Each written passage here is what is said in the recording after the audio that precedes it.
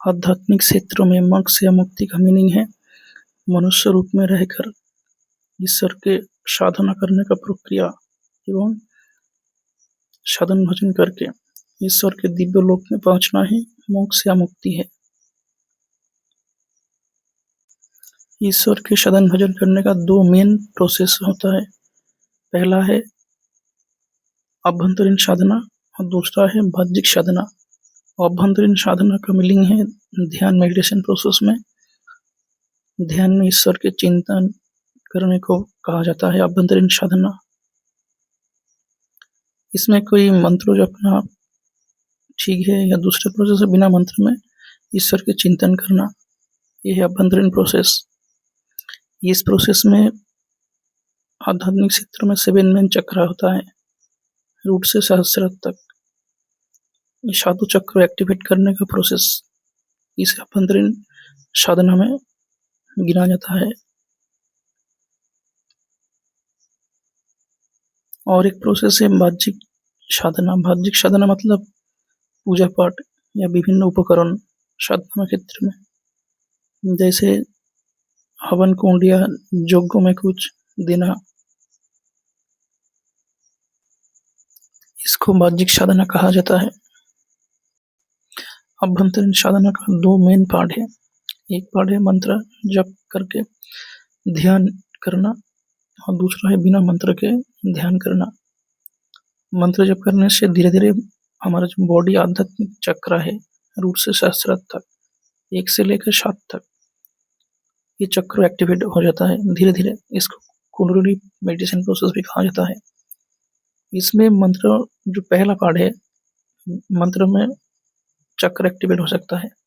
दूसरा और एक पार्ट है बिना मंत्र के भी हमारा जो बॉडी पार्ट है 7 मेन चक्र आध्यात्मिक चक्र ये एक्टिवेट होता है बिना मंत्र में। इसको कुंडलिनी मेडिटेशन कहा जाता है। इसमें बिना मंत्र में हम कर सकते हैं। हमारा जो ब्रीदिंग प्रोसेस है इसको फॉलो करना पड़ता है।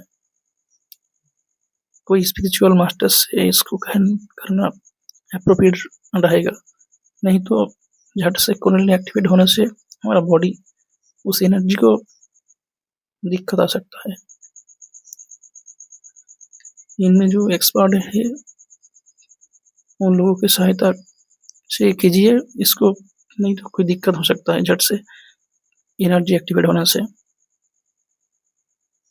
तो मंत्र चैंटिंग जो मेडिटेशन है वो एक प्रोसेस है। दूसरा है बिना मंत्र से मेडिटेशन करना, इसको कुंडलिनी शक्ति एक्टिवेट कहा जाता है। और दूसरा जो पार्ट है उसमें कोई मंत्र होता है जो महाशक्ति है, उन शक्ति का मंत्र चैंटिंग करके कुछ हवन में कुछ डालना पड़ता है, कोई बाह्यिक सामग्री। इसमें मेन है मंत्रों, जो मंत्र है उस एनर्जी को मेन माना जाता है।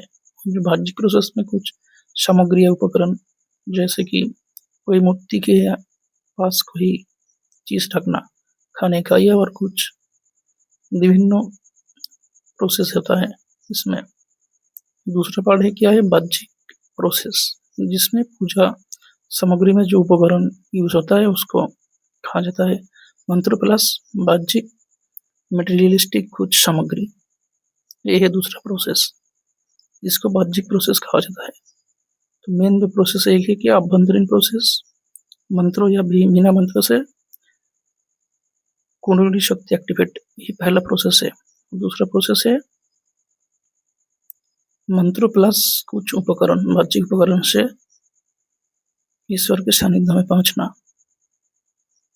पृथ्वी में रह के मनुष्य जोनि से ईश्वर के परम धाम में पहुंचने को ही मोक्ष या मुक्ति कहा जाता है।